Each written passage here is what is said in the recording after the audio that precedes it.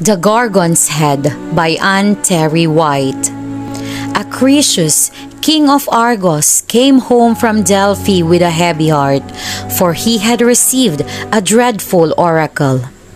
"No son shall be born to you," the priestess had told him, "but you shall have a grandson, and by his hand you shall die." Now the king had an only daughter who was yet a maiden.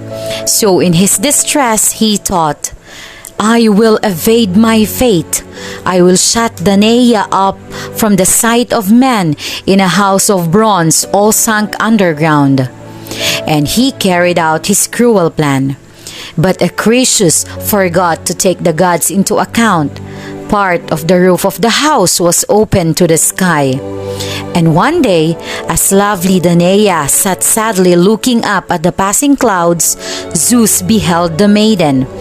Changing himself into a shower of gold, he stormed into her chamber.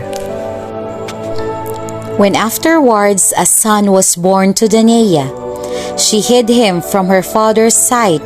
Nevertheless, the king discovered the baby and was more than ever filled with fear. He dared not kill little Perseus directly lest the gods avenge the murder.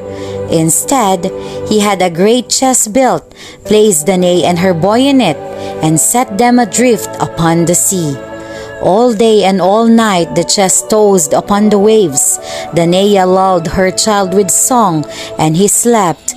But when dawn came, a great wave picked up the chest and carried it to the tiny island of Seriphos. It happened that a fisherman, Dictys by name, saw the chest bobbing on the waves close to the shore. He dragged the bags to land and opened it. When he beheld the pitiful mother with the helpless little child, his heart was moved. He took them both to his wife, for Dictys was childless, and there up in the kindly fisher folk's humble home, Perseus grew up. Now Danae had been a beautiful maiden, and when Perseus has grown into a fine tall youth, she was still beautiful. So it was not strange that King Polydect, who was Dictys' brother, fell in love with her and made her his wife. But the king hated the youth just because Danae doted on him and sought some way to get rid of him. At last, Polydect said to his stepson, "The time has come, Perseus, for you to win glory for yourself in some bold adventure." Young Perseus thought so too. But what should the adventure be? I think the wily Polydectes said, "It would be a great idea for you to cut off the Medusa's head. That would bring you to the greatest fame." All unsuspecting, Perseus set off to find Medusa, not knowing in the least how perilous an adventure he had undertaken.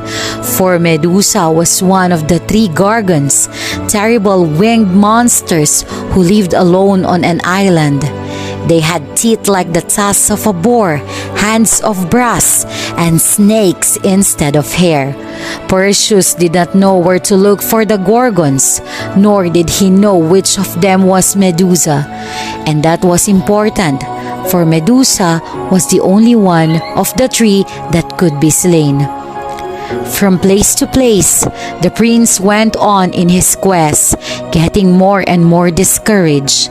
Then one day, he beheld a young man of great beauty, wearing winged sandals and a winged cap, and carrying in his hand a wand around which two golden serpents twined. Perseus knew at once that this was Hermes, and was overjoyed when the god said, "Perseus, I approve the high adventure you have in mind, but you must be properly equipped for it. Without the winged sandals, the magic wallet, and the helmet of invisibility. But I will take you to the Greek woman. You can find out from them." "And will they indeed tell me?" Perseus asked. "Not willingly," Hermes replied. "But you can make them do it. They have but one eye shared among the three. Snatch it from them as they pass it from one to the other, and none can see. And do not give it back till they tell you what you want to know." With that, Hermes gave Perseus a magnificent curved sword. "You will need it," he said, "for Medusa's scales are as hard as metal." Perseus had just taken the sword when there was a sudden brightness in the sky, and he beheld the goddess Athena descending toward them. "Of what use will be your sword, my brother?" she said to Hermes, "when none may look the Gorgons and live. The sight of them, as you well know, turns man into stone. Take my bright shield, Perseus. Look into it instead of at the monster as you approach to do battle, and you will see Medusa reflected as in a mirror." So saying, the goddess disappeared, and the brightness with her. On and on with God companion, Perseus journeyed, farther than man had ever been. At last, they came to the end of the earth. There the with-grey woman sat, passing their eye from one to another, just as Hermes had said. Danae's son knew what to do. He left the god and crept quietly toward them, waited till one had taken the eye from their forehead, and snatched it away as she passed it to her sister. The grey woman raised a fearful clamor when they realized that a stranger had their eye. They howled and they threatened, but without the eye, they were helpless. And in the end, they grudgingly told Perseus the way to the nymphs of the north. So again, Perseus went on, this time to find the happy beings who possessed the three priceless things he needed. And when the nymphs heard the reason he wanted them, they were willing to give him the winged sandals or winged shoes, the helmet that would make him invisible, and the magic wallet that would become the right size for whatever he wished to carry. Fully equipped now, Perseus lightly sped through the air, over the land and over the sea, to the fearful island of the Gorgons. As he approached, he could see scattered in the fields and along the roads statues of men and beasts, whom the sight of the Gorgons had turned to stone. And at last, from high above, he beheld the monsters, reflected in his shield. Their scales-covered bodies glistened in the sun. Their great wings were folded, the snakes that were their hair hideously coiled and intertwined. The Gorgons were asleep. Do you think Perseus can slay the Gorgons by his own hands? But which of the three was Medusa? Perseus could see no difference among them. Suddenly, he heard Athena's voice. "Descend, Perseus, and strike. The Gorgon nearest the shore is Medusa." Perseus swept down, and still gazing into the shield, boldly swung his blade. With one stroke, he cut off the grisly head.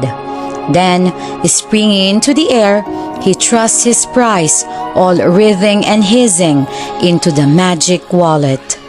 Up leaped the Gorgon sisters, for they heard the rattle of Medusa's scales as the severed body thrashed about. They turned their snaky heads, and when they saw Perseus, they roared with fury. Flapping their great wings, they set off in pursuit, but they could not outstrip the winged sandals. Over lands and peoples the hero flew, on and on. He had lost his way now, for Hermes had left him. Below, the Libyan desert stretched endlessly. Perseus did not know what those sands were, nor did he guess that the ruby drops falling from Medusa's head were turning into venomous snakes that would inhabit the desert forever. But now he saw a sight that made his heart beat fast with excitement and wonder. Fastened by chains to a cliff by the sea was a beautiful maiden.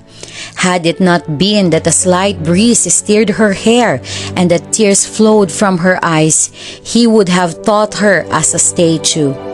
Perseus almost forgot to keep his winged sandals moving, so struck was he by her rare beauty. "Lovely maiden, you should not wear such chains as this," he stammered, "but rather those which bind the hearts of lovers. I pray, you tell me your name, and why are you bound like this?" At first, the girl made no reply, so abashed was she before the youth.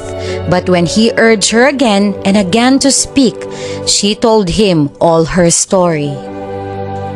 "I am Andromeda," she said, "daughter of Cepheus, king of the Ethiopians. The beautiful Cassiopeia is my mother. It is her beauty that has chained me here, for the gods are jealous, and in nothing may we mortals surpass them. Woe, woe the day my mother vaunted herself fairer than the daughters of Nereus. The sea god has sent a serpent to prey upon our people, and my death alone can appease his anger. So says the oracle." She had just scarcely finished speaking when the loud roaring of the waves announced that the monster was on his way. Andromeda shrieked. At her cry, her frantic father and mother came running. They clung to their daughter and lamented. "Enough of tears," Perseus said to them sternly. "I am Perseus, son of Zeus and Danae. Now I will make this contract with you, that Andromeda shall be mine if I save her from the serpent. Indeed, indeed, valorous youth, she shall be yours. Only save her from the monster, and you shall have our kingdom as well as our daughter." The monster was coming on, his breast parting the waves like a swift ship. Suddenly, Perseus sprang into the air and shot high up in the clouds. Seeing the youth's shadow upon the sea, the monster attacked it in fury. Then Perseus swooped like an eagle from the sky and buried his sword up to the hilt in the beast's right shoulder. The creature reared upright, then plunged beneath the water, and turned around and around like some fierce wild boar in the midst of baying hounds. Nimbly avoiding the snapping jaws, Perseus dealt blow after blow wherever he had the chance to strike. Red blood poured from the monster's mouth. The air was filled with spray that the hero's winged sandals grew heavy. He dared not trust himself to them longer. Spying a rock over which the waves were breaking, he braced himself against it with his left hand, and 4 times he drove his sword into the monster's side. As the creature sank to its death, Perseus heard shouts of joy from the shore, and when he looked, Andromeda already stood free beside her parents. "I will take fair maiden without dowry," Perseus said. And that very day, the wedding was celebrated. Torches were tossed in the air. Incense was thrown on the flames. Garlands were hung from the palace roof, and everywhere the sound of lyres and pipes and singing was heard.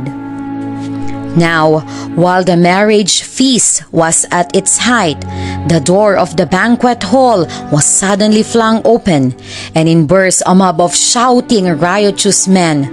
Foremost stood Andromeda's uncle, Phineus, javelin in his hand. "Behold, I am here," he cried. "I have come to avenge the theft of my promised bride." "What are you doing, brother?" the father cried. "Do you who stood by and watched while Andromeda was put in chains and did nothing to help her dare to be indignant because another has snatched the prize? Let the man who rescued her have the reward he was promised. He has not been chosen in preference to you, but in preference to certain death." Phinehas said not a word. He looked from the king to Perseus, undecided at which to aim his weapon, then hurled it at the hero. The spear struck in Perseus' couch. Perseus leaped up from the cushions, wrenched out the spear, and hurled it back at his foe. Had Phinehas not taken refuge behind the altar, he would have perished. As it was, one of his followers received the weapon full in his forehead. Then the rioters went wild. Weapons were hurled, and the feast turned into a battle. Thick as hail, javelins sped by Perseus' ears.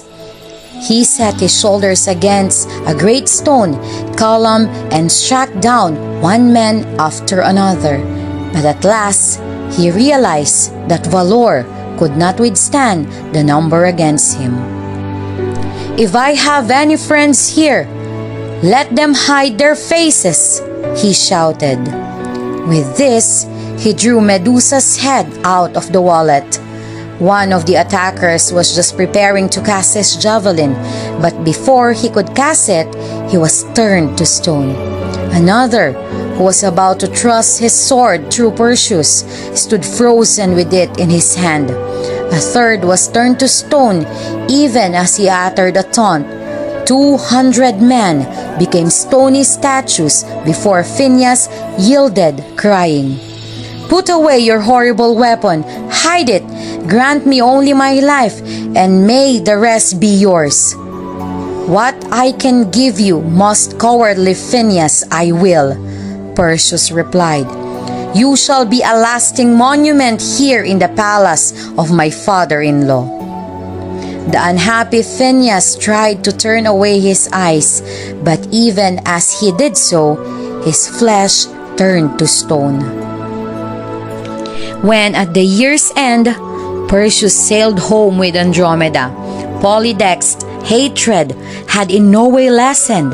The king was furious that his stepson had returned and refused to believe that he had actually slain Medusa. With scornful taunts, he upbraided the young man for having come home empty-handed. It was more than Perseus could bear. "I shall prove to you that what I say is true," he cried. "Hide your eyes, all of you who are my friends." And he showed the Gorgon's head to cruel Polydectes. That was the last time Perseus ever used the horrible head.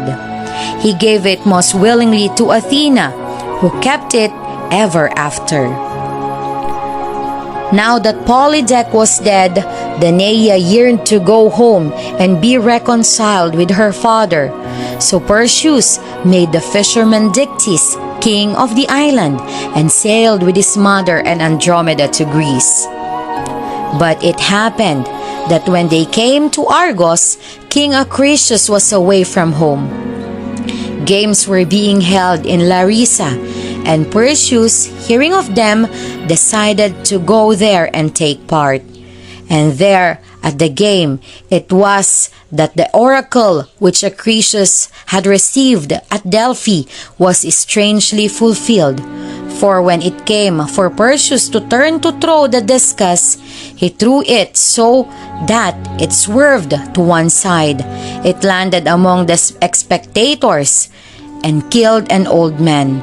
That old man was King Acrisius, who had gone to such cruel lengths to avoid his fate, which the god had ordained.